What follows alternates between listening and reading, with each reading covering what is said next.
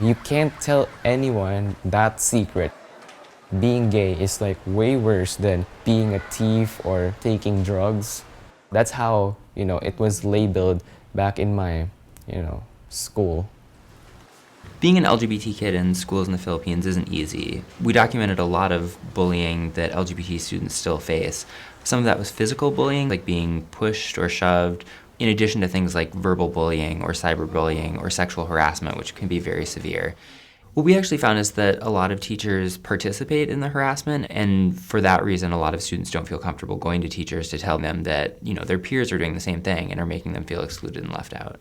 Sometimes for a young LGBT person, it's really confusing, it's really disheartening when you can't find someone to talk about your experiences and you can't sympathize with anyone. So at the very least, teachers and counselors should be more open about these discussions.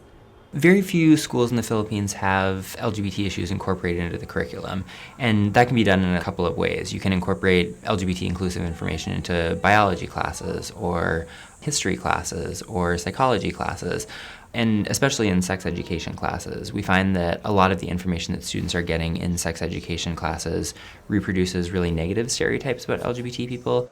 They told us that having same-sex relation is wrong, being a transgender is wrong, and then I was called out again by a teacher this time in class, and everyone was so silent.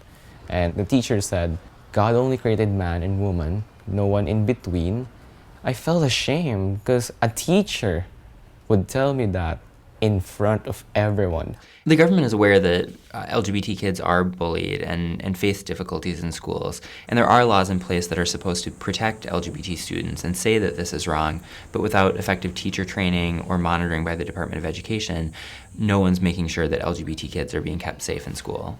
You're supposed to train really competent and successful individuals. So at the very least, you should make them realize that this is reality.